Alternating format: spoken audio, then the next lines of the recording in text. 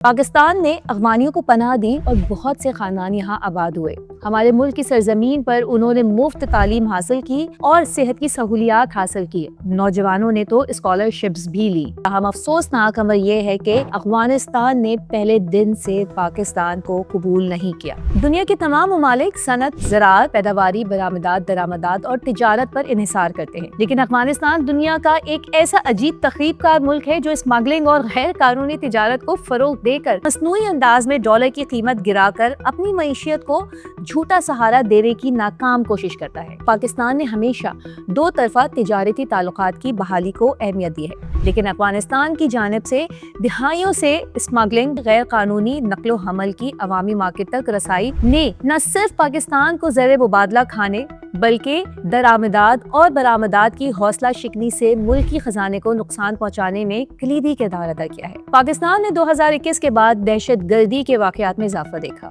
Pakistani security ادارے TTP اور دیگر دہشت گرد گروہوں کی افغانستان میں موجودگی کے کئی مرتبہ نشاندہی کی آگاہی دے چکے ہیں۔ پاکستان کے پاس ان کو سبق سکھانے کے سوا کوئی چارہ نہیں تھا۔ سیاہ جھنڈوں کے ساتھ نام نہاد خراسانی فورس گائے متر کے آگے جھک کر زعفران پی رہی ہے۔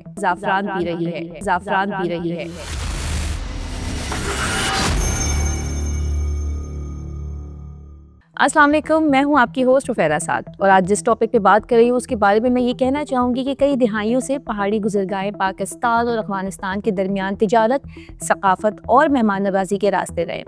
پاکستان نے افغانیوں کو پناہ دی اور بہت سے خاندان یہاں آباد ہوئے۔ شادیوں اور روزمرہ کی زندگی میں مل کر رہنے والے تعلقات بنے۔ ہمارے ملک کی سرزمین پر انہوں نے مفت تعلیم حاصل کی اور صحت کی سہولیات حاصل کی، اور نوجوانوں نے تو اسکالرشپس بھی لی۔ یہ انسانیت اور بھائی چارے کی اعلیٰ مثال ہے جس کا احساس ہم کبھی نہیں بھول سکتے۔ پاکستان کی جانب سے اس مہربانی اور سہولیات کے باعث بہت سے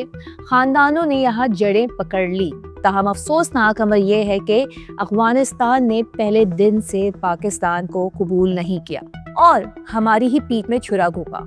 پھر بھی ہم نے ہمیشہ ان کی مدد کی، خاص طور پر جب روس اور امریکہ نے انہیں چند ہی دنوں میں افغانستان پر قبضہ کر کے دیوار سے لگایا۔ پاکستانی حمایت اور ہوشیاری سے ہی افغانی اپنا چہرہ بچانے میں کامیاب ہوئے تھے، لیکن دہائیوں بعد بھی طالبان حکومت نے انتہا پسند اور مسلح عناصر کو افغان سرزمین پر پناہ گاہ اور ٹریننگ بیس فراہم کی، جس کے بعد وہ تنظیمیں پاکستان میں آپریٹ کرتی رہیں، جس سے سیکیورٹی کے سنگین مسائل، انسانی حقوق کی خلاف ورزیاں، اسمگلنگ اور منشیات کی ترسیل میں بھی اضافہ دیکھا گیا۔ آج کے پروگرام میں افغان طالبان کی جانب سے پاکستان پر حالیہ بلا اشتعال حملوں، پاکستان افغانستان دوحہ معاہدے، افغانستان کے ذریعے ٹرانزٹ تجارت اور اسمگلنگ کے معاشی اثرات کا تجزیہ کرتے ہیں۔ کئی دہائیوں کی غداری کے بعد توقع کی جا رہی تھی کہ طالبان کے قبضے کے بعد افغانستان پاکستان کے ساتھ کھڑا ہوگا، لیکن نتیجہ اس کے برعکس نکلا اور افغان طالبان بھی سب سے زیادہ بولی لگانے والے کے ساتھ چلے گئے۔ طالبان حکومت نے امریکی ڈالر جیب میں بھرنے کے لیے دہشت گردی کو پالیسی کے ایک آلے کے طور پر استعمال کیا، اور اب طالبان کے اقتدار پر قبضے کے بعد افغانستان تمام عالمی دہشت گرد تنظیموں کی پناہ گاہ بن گیا ہے۔ پاکستان نے 2021 کے بعد دہشت گردی کے واقعات میں اضافہ دیکھا اور دہشت گردوں کی پناہ گاہوں کے بارے میں پاکستانی رائے کو طالبان نے کسی نہ کسی بہانے ایک طرف رکھا، جس کے بعد پاکستان کے پاس ان کو سبق سکھانے کے سوا کوئی چارہ نہیں تھا۔ اور آخر کیوں نہ سبق سکھاتا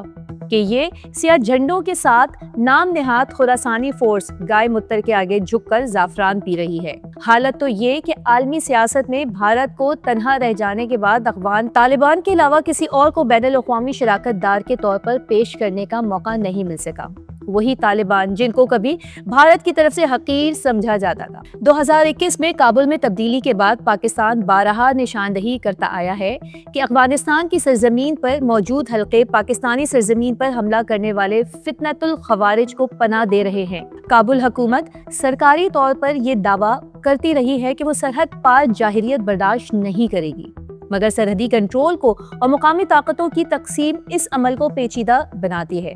ایسے میں لازم ہو گیا کہ منظم جرائم کے مرتکب افغان مہاجرین کو واپس بھیجنے کی ضرورت ہے، جبکہ واخان راہداری کو بھی واپس لینے کا بہترین وقت آ گیا ہے، کیونکہ تاریخی طور پر یہ پاکستان سے تعلق رکھتی ہے اور ترکمانستان اور وسطی ایشیائی ممالک کے ساتھ براہ راست رابطہ قائم کرتی ہے۔ ضرورت تو اس امر کی بھی ہے کہ اگر افغانستان بھارتی خطوط پر آبی دہشت گردی کا استعمال کرنے کا سوچتا ہے تو پاکستان کو بھی دریائے کابل کو ایون سے چترال کی طرف موڑنے کے بارے میں سوچنا چاہیے۔ 2021 کے بعد ایسی وارداتیں اور واقعات ریکارڈ ہوئی ہیں جن میں فتنہ ہندوستان کی جانب سے بم حملے، دھماکے، ٹارگٹ کلنگ اور سرحد پار راکٹ و مارٹر فائر شامل ہیں۔ پاکستانی سیکیورٹی ادارے ٹی ٹی پی اور دیگر دہشت گرد گروہوں کی افغانستان میں موجودگی کے کئی مرتبہ نشاندہی کی آگاہی دے چکے ہیں، لیکن کابل حکومت نے بعض اوقات ان کی تردید یا پھر قابو میں نہ ہونے کا جواب دیا ہے۔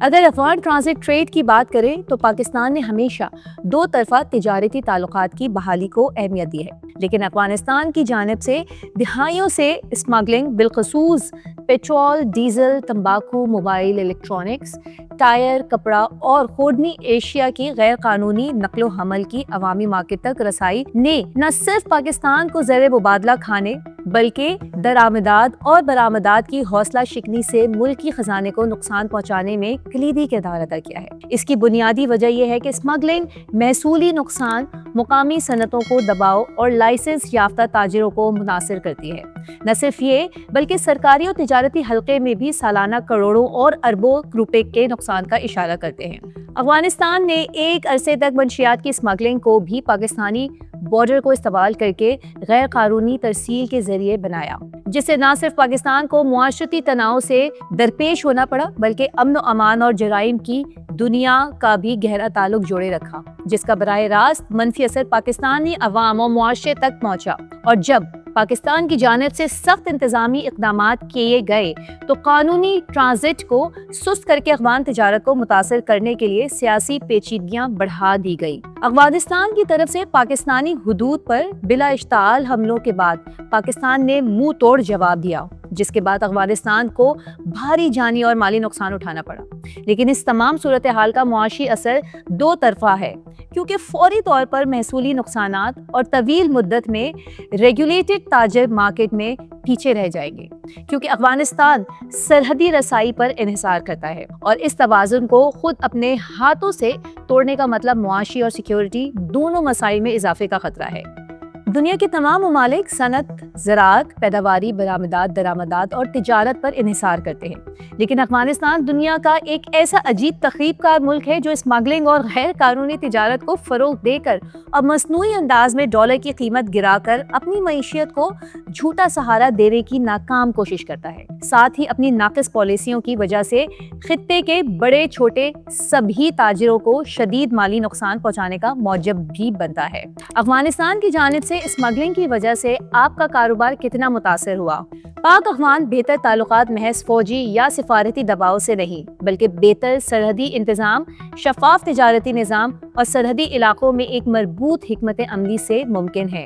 جس کو یقینی بنانے کے لیے پاکستان ہمیشہ کوشاں رہا ہے۔ سرحد کے دونوں طرف سیکیورٹی اور معیشت کے ایک دوسرے کے ساتھ جڑی ہوئی ہیں۔ جب تک شواہد کی بنیاد پر تعاون، شفافیت اور مقامی معاشیات کو مضبوطی نہیں آ جاتی، یہ سلسلہ جاری رہنے کا امکان ہے، جس کی لاگت عام لوگ، تجارتی حلقے اور ریاستی خزانے ادا کرتے ہیں۔ اکتوبر 2025 میں دوحہ میں منعقد ہونے والے پاکستان افغانستان امن معاہدہ میں پاکستان نے اس امر کو مد نظر رکھتے ہوئے باور کروایا کہ پاکستان اور افغانستان دو برادر اسلامی ممالک ہیں اور دونوں کا مقصد خطے میں امن، استحکام اور باہمی احترام پر مبنی تعلقات قائم کرنا ہے۔ لہٰذا فریقین یعنی پاکستان اور افغانستان باہمی اتفاق کرتے ہیں کہ سرحدی علاقوں پر ہر قسم کی فائرنگ یا اشتعال انگیزی فوری طور پر بند کی جائے گی۔ ایک مشترکہ سرحدی رابطہ مرکز یعنی جوائنٹ بارڈر کوآرڈینیشن آفس قائم کیا جائے گا، جو کہ دونوں ممالک کے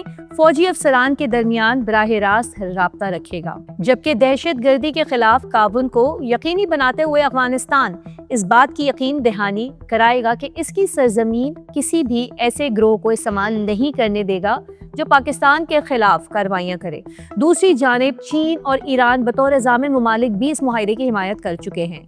جبکہ معاہدے پر عمل درآمد کو یقینی بنانے کے لیے ہر 3 ماہ بعد ایک جائزہ اجلاس بھی قطر میں منعقد کیا جائے گا۔ اب دیکھنا یہ ہے کہ دوحہ معاہدے کو مد نظر رکھتے ہوئے افغانستان تعلقات کو مضبوط بنانے کے لیے سب سے باہمی اعتماد کی بحالی اور تجارت کے قانونی اور مؤثر نظام قائم رکھتا ہے یا نہیں۔ اگر افغانستان پاکستان کی طرف سے پہلے سے نافذ کیے گئے ٹرانزٹ ٹریڈ کے شعبے میں شفافیت، الیکٹرانک کارگو ٹریڈنگ سسٹم اور مشترکہ کسٹمز چیک پوائنٹس جیسے اقدامات بھی اپنا لیتا ہے تو نہ صرف تجارت کے عمل میں بہتری آئے گی بلکہ دونوں ممالک کی غیر قانونی سرگرمیوں کی روک تھام میں بھی مدد ملے گی۔ افغانستان کو چاہیے کہ تاجروں کو سہولتیں فراہم کرتے ہوئے قانونی ٹریڈ چینلز کو بھی فروغ دے اور اس امر کو یقینی بنائے کہ پاکستان کے راستے آنے والا کارگو قانونی طریقوں سے ہی استعمال ہو اور اس کا غلط استعمال نہ ہو۔ اسمگلنگ کے خلاف مؤثر کارروائی کے لیے افغانستان کو پاکستان کے ساتھ انٹیلیجنس شیئرنگ،